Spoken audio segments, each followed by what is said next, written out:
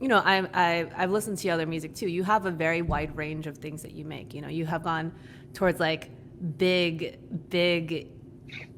electronic dance, huge festival music, and then Yeah. this music that just has a different like angle. And there's nothing wrong with either of it. Obviously, like I make a variety of music as well. And for you, what made you decide to start making music that was more rooted in your Haitian culture? Because I know you're like making like tunes with like Tiesto or something. They're Yeah. like big, Yeah. like someone's in the audience like eating Molly and just like rolling around. It's like like Yeah. you have, and you're like obviously a very talented producer in that because you can go and do that. Not a lot of people could. But I was curious, like what made you decide to kind of look inward? I think part of it was surprisingly, I've been doing this professionally for almost 10 years now, which is pretty wild because that's like flew by and I can't believe it. But I started young. I started when I was 19.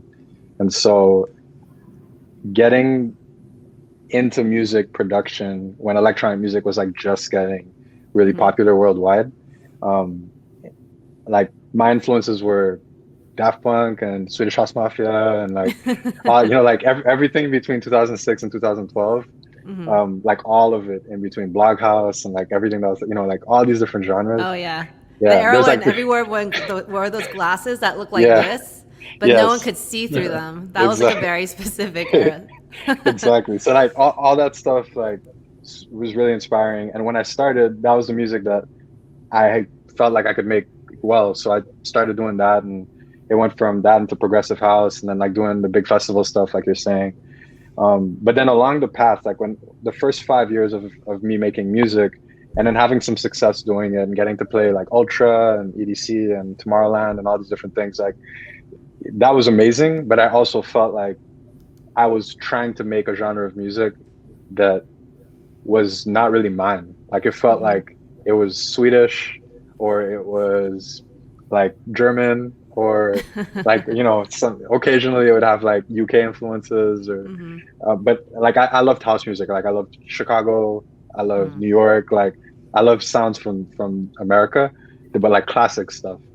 And I was just like so inspired by that I tried to chase it in the beginning, and eventually it made a lot more sense to me that these people, like my favorite artists in all these different genres, they made they made music about themselves, about their stories, about where they come from, Mm-hmm. and that's what made it so special. So when I realized that, I was like, I'm just gonna make what I know, which is Haiti mixed with the rest of the world, Guyana Mm-hmm. mixed with the rest of the world, Mm-hmm. the Caribbean, the stuff I was listening to that was coming from Latin America and from Africa as well, and like Mm-hmm.